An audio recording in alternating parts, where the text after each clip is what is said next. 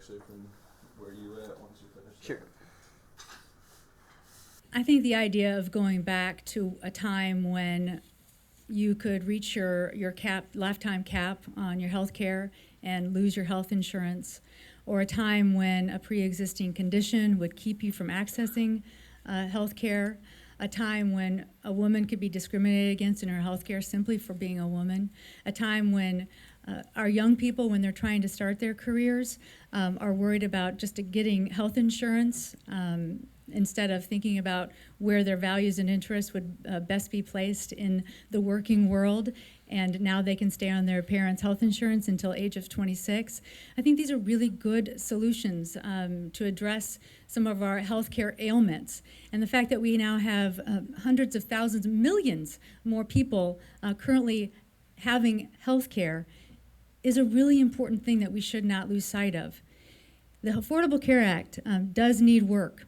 And as somebody going to be your representative, I want to make sure that we cut through some of this red tape that's really almost holding people back from wanting to offer good health care plans for their employees, especially when so many good employers and business leaders want to do the right thing.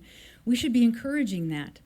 And one of the changes, two of the changes, one would be repealing the Cadillac tax, which is putting those penalties on really good health insurance plans, as well as repealing permanently the medical device tax to make sure that the life sciences industry, that is the backbone of Indiana economy, especially the 9th District, doesn't get hit extremely hard by this unnecessary tax. So those would be my suggested changes.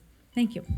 We know in the long run, the most effective, efficient, and innovative way to deliver healthcare and healthcare insurance is through a competitive market. I want companies competing for American consumer dollars. I don't want Americans forced and mandated to give insurance companies their dollars. We need to get to a free market competitive system for healthcare insurance, because that's what's going to deliver the lowest cost in the long run. That's what's going to enable the most people to get the insurance that they need for their families and for their futures. And the way to do that in the long run is through a competitive marketplace where companies are competing across state lines, where companies are innovating to develop the best possible products for consumers at the cheapest possible prices. We cannot continue down the path of Obamacare where we are smothering job creation. Not a day goes by when I don't hear about a small business that doesn't want to go above the 50-person limit. Not a day goes by when I don't hear about small business who can't hire that next Hoosier because they're worried about the healthcare costs. We have to repeal this legislation and get to a free markets option where companies are competing for U.S. consumer dollars, not Americans forced to give their dollars to companies.